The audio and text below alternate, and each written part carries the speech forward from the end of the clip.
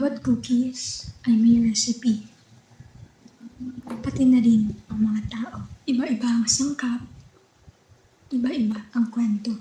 Di mawawala ang harina, asukal, butter, at chocolate. Bukod sa lahat, ang apoy.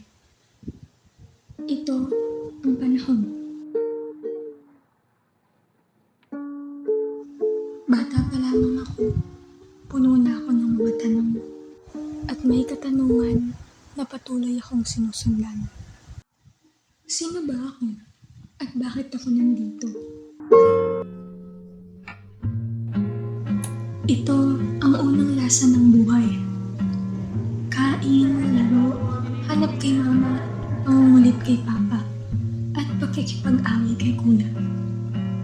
Simpleng gawain, routine para sa akin. Ngunit walang apoy ang nanatili sa isang lugar.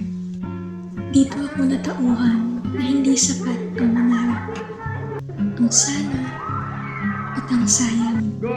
May mga pagkakamali, may mga pagsubok, at may pagkilala sa sarili.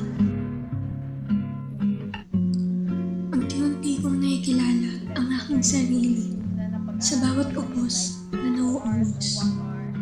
Hindi dahil sa alam ko ang lahat, kasi sa totoo lang, dumating sa punto na feeling ko nawalan na ako ng espasyo. Bumabalik ang katanungang, bakit ba ako nandito? Ngunit masaya na ako. Sa wakas, nagpapatuloy. Hindi nga lang linear, pero mas may pundasyon. Dahil sa kaibigan, pamilya, at sa kanila. May nawala rin naman at nag-iwan ng mga.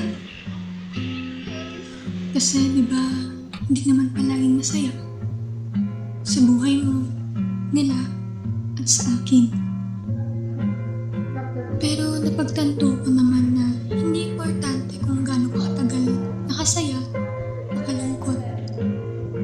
Ang mahalaga ay nararamdaman mo yun. Tanda na ika'y buhay at patuloy na nag-aapoy.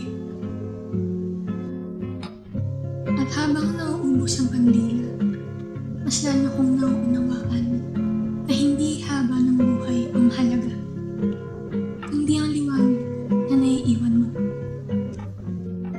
At ako si Ashley M. Nunez, 18 years old, proud social studies student. Dahil nakakapagbahagi ako ng tamis na katulad ng cookies at liwanag na galing sa apoy.